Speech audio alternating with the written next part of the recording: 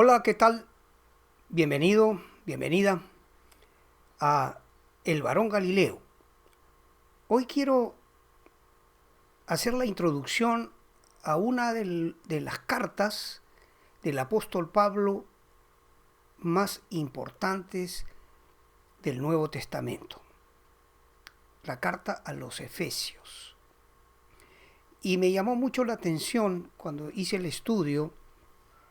Estuve estudiando esta carta la semana que pasó y ha sido de gran bendición. La he estudiado muchísimas veces y cada vez es una fuente de riqueza espiritual maravillosa, realmente maravillosa.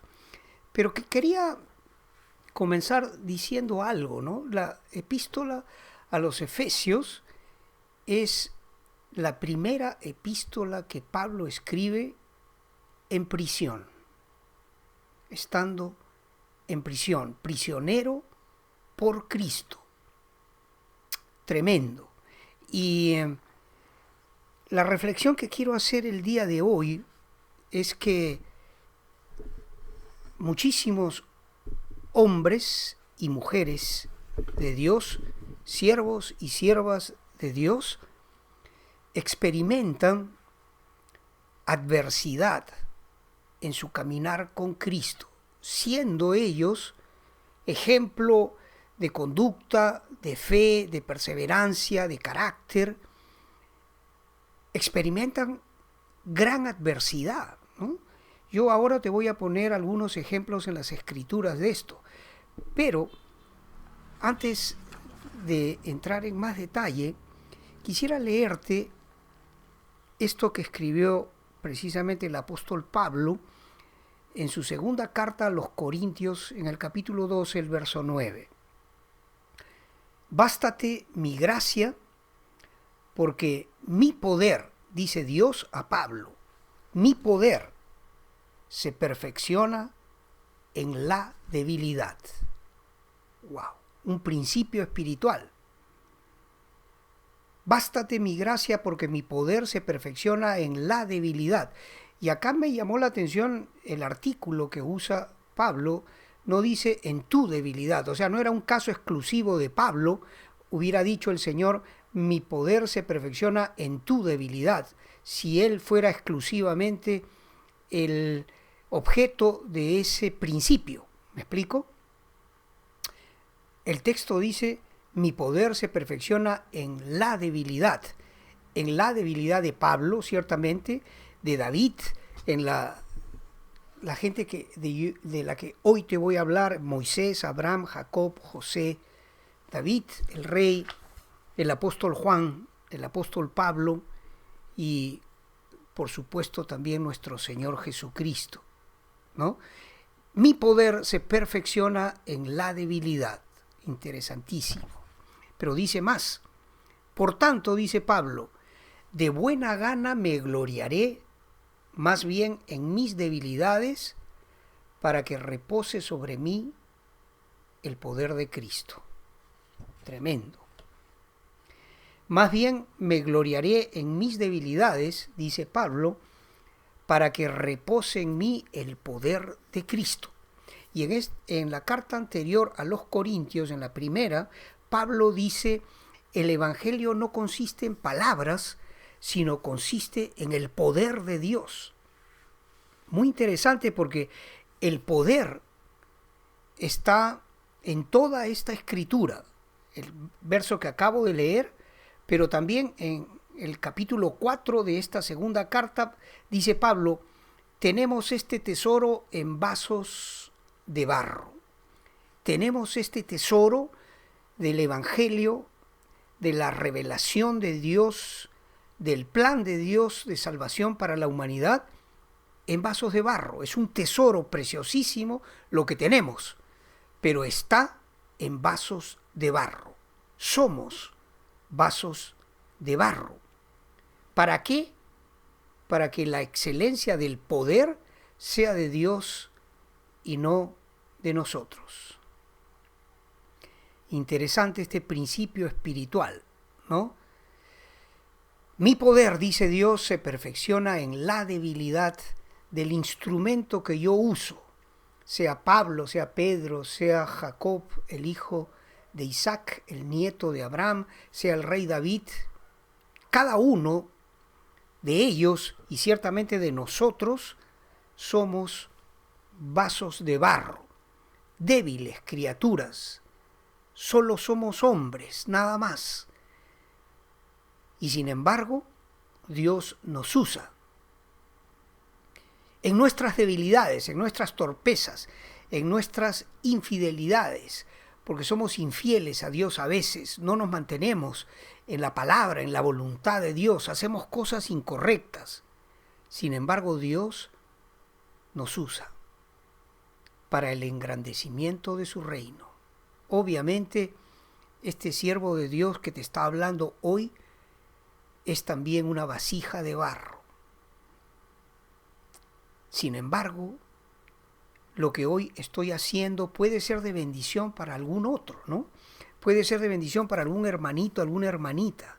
Por eso mi oración siempre a Dios es: Señor, perdóname y bendíceme para yo poder ser de bendición a algún otro que a lo mejor recién se está acercando al camino que conduce a la vida eterna, a la casa del Padre, al paraíso de Dios. Tremendo, tremendo.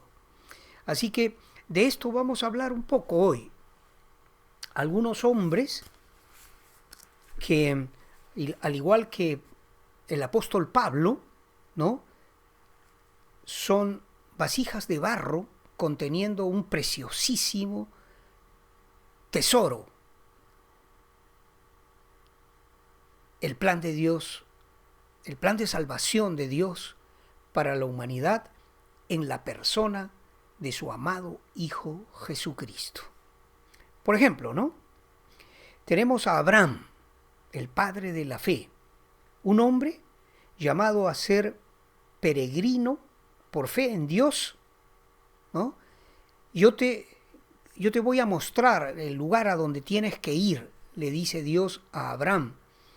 Y siendo un hombre ciertamente rico, Abraham fue inmensamente rico, él respondió al llamado de Dios para ir a ese lugar al cual Dios le dijo lo conduciría para hacer de él padre de multitudes.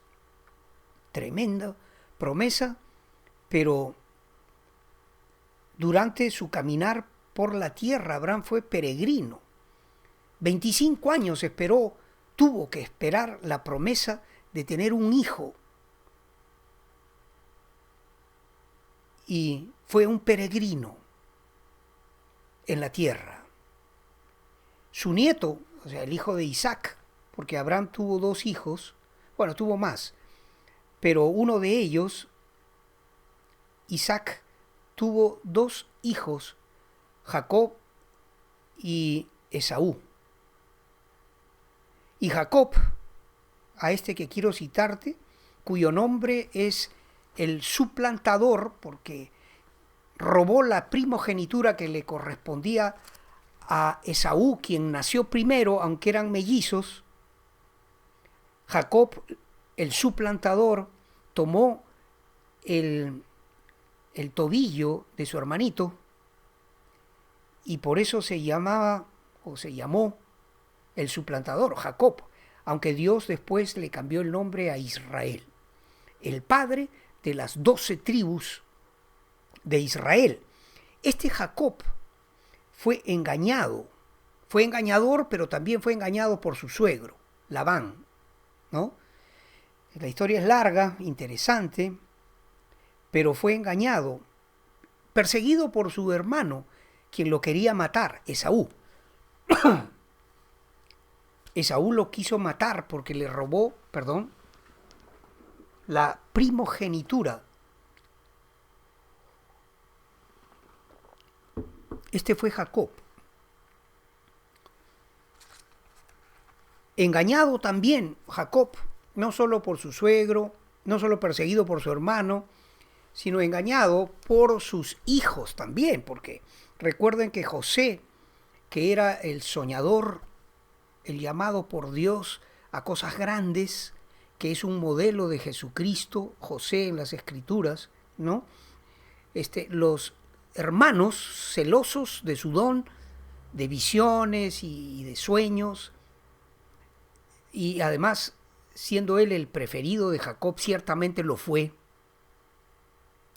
es vendido a termina en Egipto vendido por sus propios hermanos, ¿no? Algunos de ellos lo querían matar, pero Rubén lo defiende, dice, no, no hagan eso. Lo meten a una cisterna y luego lo venden a unos mercaderes que lo llevan hasta Egipto, y ahí empieza el caminar de José, muy interesante, un modelo de Jesucristo. Pues Jacob fue engañado por sus propios hijos porque estos mojan el manto de colores de José en sangre de un animal que mataron y le dicen, no sabemos qué ha pasado con tu hijo, con José. Y lo engañan a Jacob haciéndole creer que José había muerto por una fiera del campo. Tremendo, ¿no? Pero el propio José también, este modelo de Jesucristo, es rechazado por sus hermanos y se convierte en el Salvador de Israel. Recuerden, si no has leído el libro de Génesis, léelo. Es el más hermoso de los libros, creo yo, de las Escrituras. Preciosísimo libro de el Génesis. Y José termina salvando de la muerte por hambre al pueblo de Israel. Preciosa historia, ¿no? Pero luego, poco más adelante, con el transcurrir de los siglos, 400 años después, viene Moisés. Y Moisés, que vivió 120 años, fue aquel líder, aquel varón que Dios escogió para guiar a Israel por el desierto para llegar a la tierra prometida. Ese fue Moisés, el que escribió la ley, el que recibió de parte de Dios los 10 mandamientos, el que estuvo 40 días delante de Dios, en la presencia de Dios, en el monte. Tremenda figura, Moisés. Sin embargo, nunca debes olvidar que él vivió, antes de ser el líder de Israel en el Éxodo, él fue 40 años miembro de la familia de Faraón, vivió en el palacio de Faraón y también vivió 40 años en el desierto, antes de el llamado de Dios en la zarza ardiente. Así que también Moisés, así como Abraham, así como Jacob, así como José, conocieron de la adversidad, de la soledad, de la tribulación antes de poder estar listos para cumplir el propósito de Dios en sus vidas, la tarea, la encomienda, el encargo del Dios de los cielos. Qué tremendo, ¿verdad? Pero hay otros, ¿no? No me voy a extender demasiado, pero rápidamente, David, el rey David, aquel que siendo muchachito venció a un gigante enorme como de 2,60 metros, 2,80 metros o algo así, un gigante, Goliat, perverso, violento, malvado, que se burlaba de el pueblo de Israel y de los ejércitos de Israel. David, este hombre escogido de entre sus hermanos a través del profeta, escogido de Dios y ungido por Dios para ser rey de Israel, el segundo rey de Israel, el primero fue Saúl. Este fue perseguido por Saúl 7 años. Saúl trató de matarlo por celos, ¿no? Así que David, antes de ser el escritor de los salmos, de la mayoría de los salmos, antes de ser el rey del pueblo de Israel, fue un perseguido también, ¿no? Y él escribe cosas tan, se me viene a la mente ahora uno de sus salmos que dice, ¿quién me diera alas como de paloma? Ciertamente volaría lejos. huiría al desierto, moraría allá en el desierto y escaparía del viento borrascoso de la tempestad. Este tremendo siervo de Dios, el líder del pueblo de Israel, el conquistador, el fundador de la santa ciudad de Jerusalén, ciertamente vivió también mucha adversidad, mucha persecución. También el apóstol Juan, el discípulo amado de Jesucristo, escritor del Evangelio, escritor del libro de Apocalipsis y de otras 3 cartas del Nuevo Testamento, este varón de Dios fue encarcelado injustamente y desterrado a una isla solitaria, Patmos, en donde sufrió destierro, soledad, escasez, adversidad, probablemente enfermedad también. Hacia el final de su vida tuvo que sufrir eso para poder escribir lo que tenía que escribir. El libro de Apocalipsis, el Evangelio y las cartas que escribió. Tremendo, tremendo. Por supuesto, el apóstol Pablo, ya dijimos, ¿no?, que escribe la carta a los Efesios, que es el tema de nuestro estudio, que comienza hoy y que se alargará lo que tenga que alargarse para poder completar los 6 capítulos de la carta a los Efesios. El apóstol Pablo, ¿no?, fue puesto en prisión y cuando sufre su primera condena a prisión, escribe la carta a los Efesios. Pero también sufrió muchísimas otras prisiones. Acordémonos de Filipos, de Roma, varón de Dios, el apóstol Pablo, el escritor de la mitad del Nuevo Testamento. 13 libros, si incluimos el libro de Hebreos, que yo creo que escribió Pablo. Otros dicen que no lo escribió él. Bueno, no tiene importancia. Pablo es sin duda instrumento escogido por Dios para revelar la doctrina cristiana no solamente a sus contemporáneos, sino a través de todos los siglos. Escribió las cartas más maravillosas que tenemos en las Escrituras: Romanos, Efesios, Filipenses. ¡Wow! ¡Wow! Y sufrió tantísimo, tantísimas persecuciones, fue azotado, lo tuvieron que bajar con una canasta para que no lo maten. Tremendo siervo de Dios, Pablo, ¿no? Y, ¿cómo no? Por supuesto que sí, también nuestro Señor Jesucristo. Si tú has leído el libro del profeta Isaías, recordarás el capítulo 53, varón de dolores, experimentado en quebranto. Tremendo, inenarrable el sufrimiento de Jesucristo a favor nuestro en la cruz.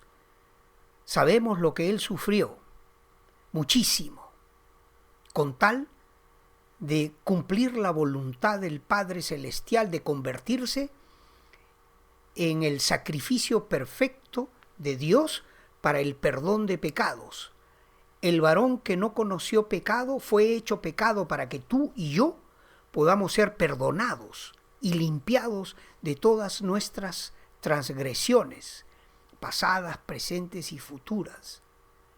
Bendito sea el nombre de nuestro Señor Jesucristo. Tremenda cosa lo que el Señor sufrió. Así que esta es la introducción a la carta, ¿no? Quería hablarte de esto, de la adversidad del creyente, cosas que pasamos todos los cristianos, sobre todo aquellos que tenemos un llamado a ser siervos, de alguna manera, de Dios, pastores, maestros, predicadores, siervos en la música.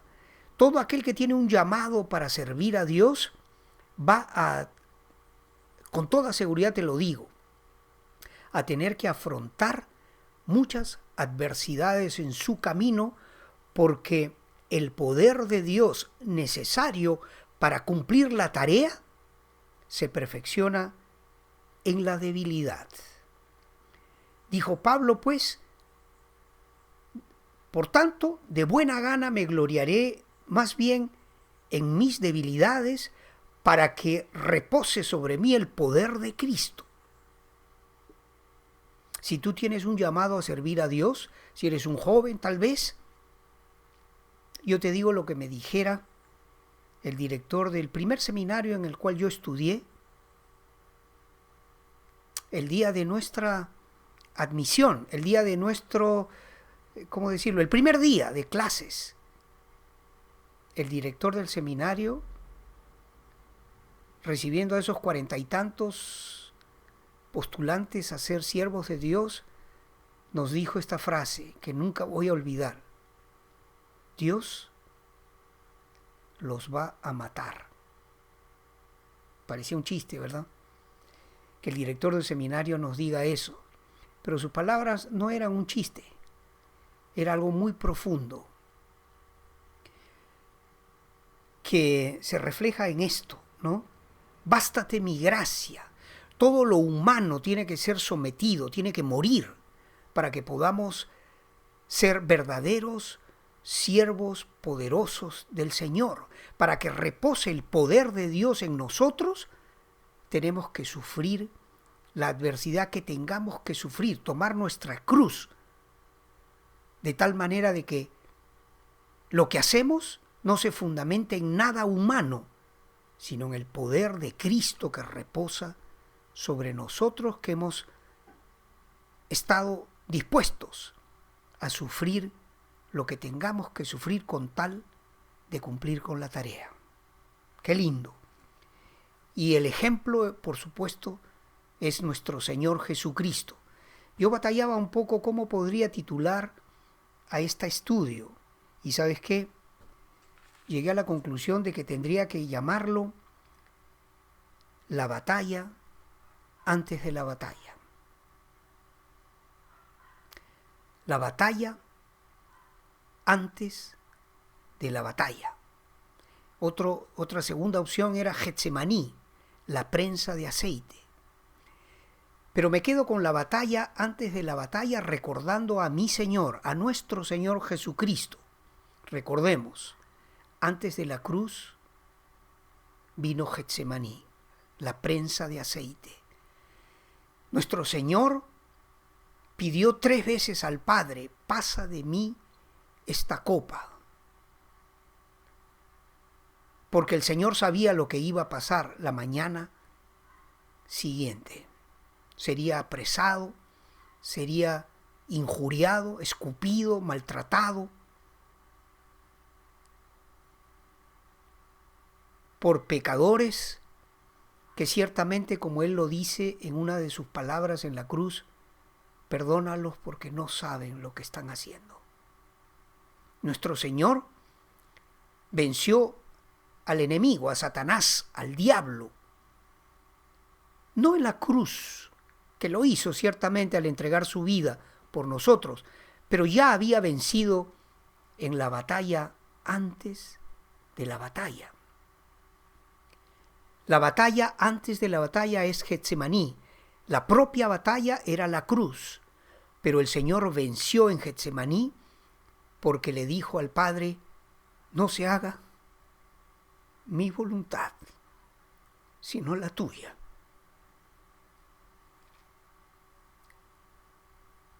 Y el Señor es ciertamente nuestro ejemplo para mantenernos valientes y perseverantes en el camino que tenemos que recorrer hasta el día de nuestra redención, hasta nuestro encuentro con nuestro Señor, sea que acabemos nuestros días o sea que ocurra el rapto de la iglesia.